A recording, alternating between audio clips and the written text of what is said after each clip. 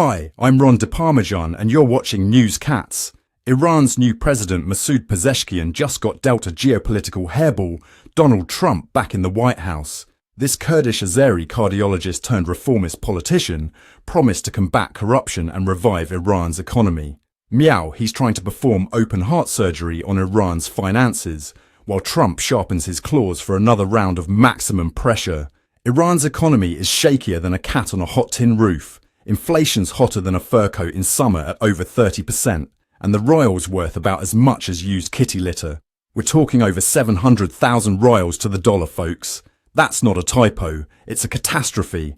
The World Bank's forecasting Iran's GDP growth to shrink faster than a wool sweater in hot water, from 5% last year to a measly 3.2% this year. That's not economic growth, that's economic crawl. Meanwhile, Iran's military budget is growing faster than a kitten on steroids, up 200% while the rest of the economy is coughing up hairballs. It's like they're preparing for a dogfight while the house is on fire. Priorities, am I right? Trump's back in the Oval Office, eyeing Iran like it's a scratching post for his foreign policy clause. The Joint Comprehensive Plan of Action, or JCPOA, was meant to keep Iran's nuclear ambitions from chasing the neighborhood squirrels. But Trump snapped that leash once before, and he's looking mighty tempted to do it again. The deal aimed to extend Iran's nuclear weapon development time while providing nearly $100 billion in sanctions relief. But with Trump's withdrawal in 2018, we're back to square one, or should I say, litterbox one. Pezeshkian's out here saying, we don't want war, we want to live in peace. Ah yes, the age-old diplomatic strategy of please don't hit me. Bold move, Pezeshkian. But let's not forget, he's also supporting groups opposing Israel. It's like a cat trying to catch a bird while claiming to be a vegetarian. Speaking of Israel, they're playing a high-stakes game of missile command with Iran, except it's not pixels exploding, it's actual places. On October 1st, 2024, Iran launched over 180 missiles at Israel. That's not a fireworks show, my friends. That's a powder keg with a lit fuse. The US State Department warned of severe consequences for Iran, but that's like telling a cat not to knock things off the table. Good luck with that. Supreme Leader Khamenei's still the big tomcat of Iranian politics, and Pezeshkian's got to make sure he doesn't get scratched. Khamenei's got his paws on the real power, controlling key institutions and having the final say on major decisions. He's about as enthusiastic about negotiating with the US as a cat is about taking a bath. Iran's been busy developing its own tech sector. They're basically trying to become the Silicon Valley of the Middle East, just with more sanctions and fewer hoodies. Pezeshkian's even calling on university students and professors to save the day. It's like expecting your local computer science club to build a space shuttle. Ambitious, but maybe a tad unrealistic. They're also beefing up their cybersecurity, with state-sponsored hacking groups sharpening their claws for digital warfare.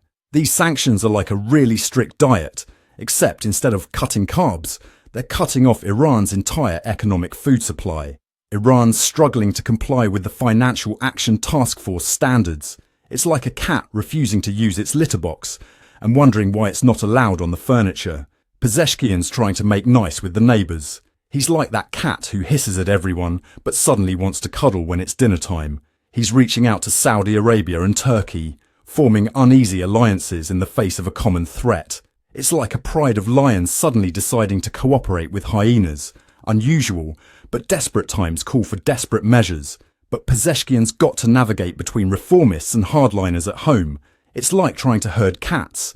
If some of those cats had nuclear ambitions and others just wanted to sell oil in peace. The hardliners are about as cooperative as a cat in a bathtub, making Pezeshkian's job about as easy as giving a cat a pill. Public sentiment in Iran is mixed. Some fear intensified sanctions under Trump, while others hope Pezeshkian can negotiate some relief. It's like cats fighting over territory, but the territory is the right to not be economically strangled. If Trump goes full art of the deal on Iran, we might see a negotiation so tense it could make a cat's hair stand on end, and that's saying something. But with Trump's history of pulling out of deals faster than a cat from a bathtub, and Iran's track record of being about as trustworthy as a mouse guarding cheese, we're in for a wild ride. If you're enjoying this geopolitical game of cat and mouse, give this video a thumbs up faster than Iran can enrich uranium. So, what's next for Iran? Will Pezeshkian's diplomatic charm offensive work? Or will Trump's maximum pressure campaign squeeze Iran harder than an overzealous toddler with a new kitten? Only time will tell. But one thing's for sure. In this high-stakes game of geopolitical chicken, it's the average Iranians who are getting plucked. They're being denied their favourite treats like a cat on a diet, and the results are about as pleasant as you'd expect.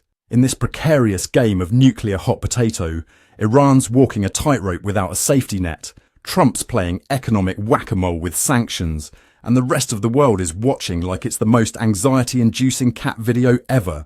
Let's hope this doesn't end with everyone coughing up a geopolitical hairball. I'm DiParmejan, and this has been another Newscat special report. Thank you for watching and stay tuned for more updates.